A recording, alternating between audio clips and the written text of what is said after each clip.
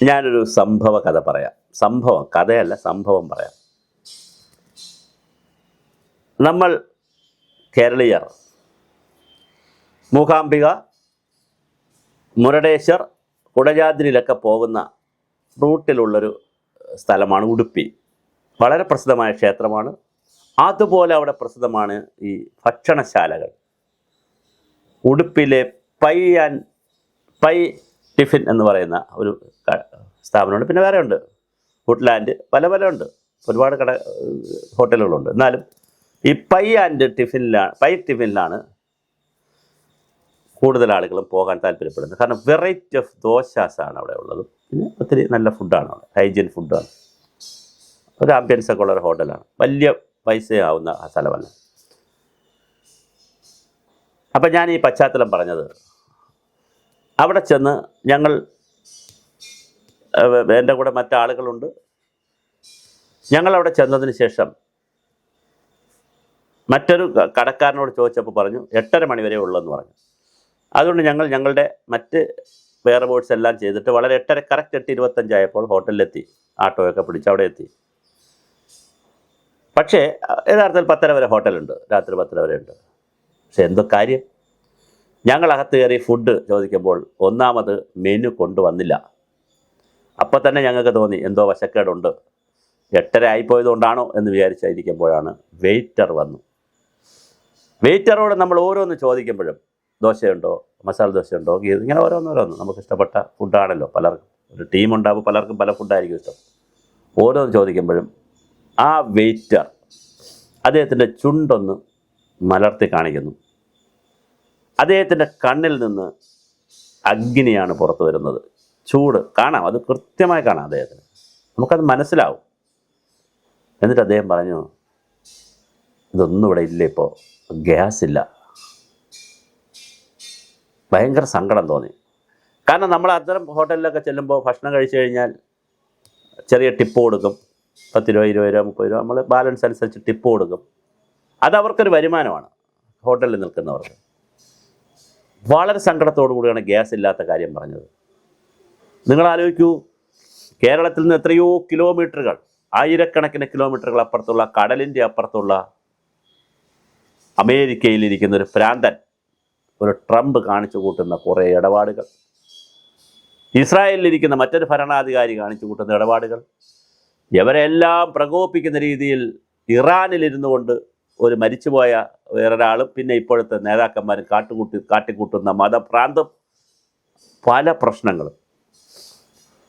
വിദേശ രാജ്യങ്ങളിൽ നടക്കുന്ന യുദ്ധസമാനമായ, അറേബ്യൻ രാജ്യങ്ങളിൽ നടക്കുന്ന യുദ്ധസമാനമായ സാഹചര്യത്തിൽ നമ്മുടെ നാട്ടിലെ മസാല ദോശ തരുന്ന അല്ലെങ്കിൽ മറ്റൊരു ഫുഡ് തരുന്ന വെയിറ്റർക്ക് അദ്ദേഹത്തിൻ്റെ കണ്ണിലെ തീയാണ് കണ്ണിൽ. ഇതാണ് ഇന്നത്തെ ലോകം. വളരെ സങ്കടമാണ്. ട്രംപ് ഇത് വല്ലതും അറിയുന്നുണ്ടോ? അദ്ദേഹത്തിന് ഈ ബുദ്ധിമുട്ട് വല്ലതും ഉണ്ടോ? ഇസ്രായേൽ നെതന്യാഹുവിന് ഈ ബുദ്ധിമുട്ടുണ്ടോ? ഹൊമൈനിക്ക് ഈ ബുദ്ധിമുട്ടുണ്ടായിരുന്നോ? ഭരണകൂടങ്ങൾ കാണിച്ചു കൂട്ടുന്ന തെമ്മാടിത്തരങ്ങൾ, അതെന്തിൻ്റെ പേരിലായാലും, അധികാരത്തിൻ്റെ പേരിലായാലും, പണത്തിൻ്റെ പേരിലായാലും, എന്തിൻ്റെ പേരായാലും, എത്ര ഹോട്ടലുകളാണെന്നറിയാമോ കൂട്ടിക്കിടക്കുന്നത് ഗ്യാസ് ഇല്ലാത്തതുകൊണ്ട്. ഞങ്ങൾ മറ്റൊരു ഹോട്ടലിൽ പോയി രാവിലെ, ഇത് രാത്രിയാണല്ലോ, അത് മുരുടേശ്വർ എന്ന് പറയുന്ന സ്ഥലത്താണ്. അതൊരു ബ്രാഹ്മിൻസ് ഹോട്ടലാണ്. കാരണം ഈ വെജിറ്റേറിയൻ ഫുഡ് കൂടുതൽ കിട്ടുന്ന സ്ഥലം എന്നുള്ള നിലയിലാണ്. അവിടെ ചെന്നപ്പോൾ വെള്ളമില്ല. ഞങ്ങളുടെ കുപ്പിയും കൂടെ കൊണ്ടുപോയി വെള്ളം എടുക്കാനായിട്ട്, ചൂടുവെള്ളം എടുക്കാൻ. കാരണം പിന്നെയുള്ള യാത്രയ്ക്ക് സുഖമല്ലേ. ചൂടുവെള്ളമില്ല, ബോട്ടിൽഡ് വാട്ടറേ ഉള്ളൂ, അതിൻ്റെ പൈസയും കൊടുക്കണം. ചോദിച്ചപ്പോൾ ഗ്യാസ് ഇല്ല. ദോശ ചോദിച്ചപ്പോൾ പറഞ്ഞു കൊണ്ടുവരാം. കുറേ സമയം എടുത്തിട്ടാണ് കൊണ്ടുവന്നത്. ചോദിച്ചപ്പോൾ അപ്പുറത്ത് വേറൊരു സ്ഥലത്ത് പോയി വേറെ ഏതൊരു സംവിധാനത്തിലാണ് ദോശ വെച്ചുകൊണ്ട് വരുന്നത്. ഞാൻ പറഞ്ഞത് ദോശ കിട്ടിയോ കിട്ടിയില്ലേ, അല്ലെങ്കിൽ സ്ഥലം ഉടുപ്പി പറയാനും മുരുടേശ്വർ പറയാനുമല്ല. ഒരു ഗ്രാമത്തിൽ, അത് കേരളത്തിലും അതിൻ്റെ സ്ഥിതി. ഞാൻ താമസിക്കുന്ന അടുത്തുനിന്ന് എത്രയോ അടുത്തുള്ള ഹോട്ടലുകൾ, ഒരുപാട് തട്ടുകടകൾ വരെ ഗ്യാസിൻ്റെ പ്രശ്നത്തിൽ അടച്ചു പോകുന്നു. ഇതിൻ്റെ ഒരു ആഗോള പശ്ചാത്തലം നമ്മൾ ആലോചിക്കുക. ഒരു രാജ്യത്തെ ഭരണകൂടം അല്ലെങ്കിൽ ഭരണാധികാരി അവർക്കുണ്ടാകുന്ന വിൻസ് ആൻഡ് ഫാൻസി അനുസരിച്ച്, അവർക്കുണ്ടാകുന്ന മാനസിക സൈക്കോപാത്ത് എന്നൊക്കെ പറയാം, മാനസിക വിഭ്രാന്തി അനുസരിച്ച് അധികാരത്തിൻ്റെ, സമ്പത്തിൻ്റെ, അഹങ്കാരത്തിൻ്റെ ഫലമായി അവർ ചെയ്തു കൂട്ടി കാണിക്കുന്ന തോന്നിയവാസങ്ങളുടെ ഫലം ലോകമാകെ അനുഭവിക്കുകയാണ്. കേരളം മാത്രമല്ല, ഭാരതം മാത്രമല്ല, ലോകമാകെ ഇത് അഭിമുഖീകരിക്കുകയാണ് ഈ പ്രശ്നം.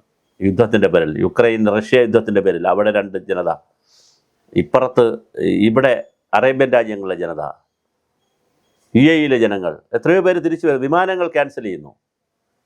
വിമാനത്താവളത്തിൻ്റെ അടുത്ത് കൊണ്ട് മറ്റൊരു ഡ്രോണും മിസൈലും അയക്കുന്നത് കൊണ്ട് അവിടുത്തെ ആളുകൾക്ക് ബുദ്ധിമുട്ട് വരുന്നു. അവർ നാട്ടിലേക്ക് പോകുന്നു. നാട്ടിൽ പോകാൻ ട്രെയിനില്ല, ഫ്ലൈറ്റില്ല. ആഭ്യന്തര ഫ്ലൈറ്റുകളെ നടത്തുന്നുള്ളൂ. വിദേശ ഫ്ലൈറ്റുകൾ ഒരു രാജ്യത്ത് നിന്ന് മറ്റൊരു രാജ്യത്തിലേക്ക് ഫ്ലൈറ്റ് പോകുന്നില്ല. എത്ര ദുസ്സഹമാണ് മനുഷ്യ ജീവിതത്തെ ഈ യുദ്ധങ്ങളും യുദ്ധാനന്തര ചിന്തകളും യുദ്ധത്തിന് വേണ്ടിയിട്ടുള്ള ചിന്തകളും മനുഷ്യനെ ഇല്ലായ്മ ചെയ്യുന്നതുള്ളത്. ഞാനൊരു മസാല ദോശയുടെ കഥ പറഞ്ഞിട്ടാണിത് പറഞ്ഞത്.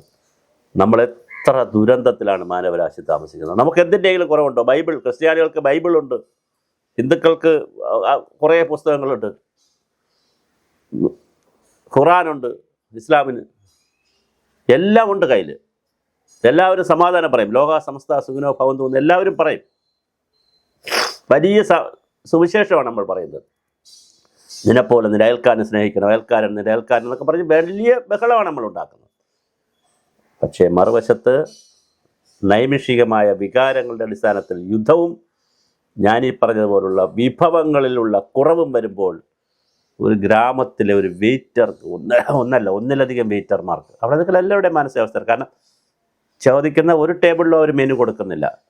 2 3 ഐറ്റമാണ് അവിടെ ഉള്ളത്. അതവർ പറയുന്നു, അതിലേതെങ്കിലും കൊടുക്കുന്നു, വാങ്ങുന്നു. ചോയ്സിന് സ്കോപ്പില്ല. എന്തൊരു നാടാണ്, എന്തൊരു സംവിധാനമാണ്. അപ്പോൾ ഞാൻ പറഞ്ഞത്, അമേരിക്കയിലിരിക്കുന്ന, ഇസ്രായേലിലിരിക്കുന്ന, UAE ഇറാനിലിരിക്കുന്ന ഭരണകൂടങ്ങൾ കാട്ടിക്കൂട്ടുന്ന തെമ്മാടിത്തരങ്ങൾ നമ്മുടെ നാട്ടിലെ നാട്ടുംപുറത്തെ തട്ടുകടയിലും നാട്ടുംപുറത്തെ സാധാരണ റെസ്റ്റോറൻറ്റുകളിലും വലിയ പ്രതിസന്ധിയാണ് ഉണ്ടാക്കിയിട്ടുള്ളത്. ഇത് കാണാൻ മാനവർക്ക് കഴിയണം എന്നുള്ളത് പറയാനാണ് ഞാൻ പൈ ടിഫിനിലെ ഈ ഉദാഹരണം പറഞ്ഞത്. വളരെ വളരെ വലിയ ഒരു സാമൂഹ്യ വിഷയമാണ് യുദ്ധം. അതേത് സാഹചര്യത്തിലും എന്തെല്ലാം പ്രശ്നങ്ങളുണ്ടായാലും സഹിഷ്ണുതയോടുകൂടി ഒഴിവാക്കേണ്ട തന്നെയാണ് യുദ്ധം.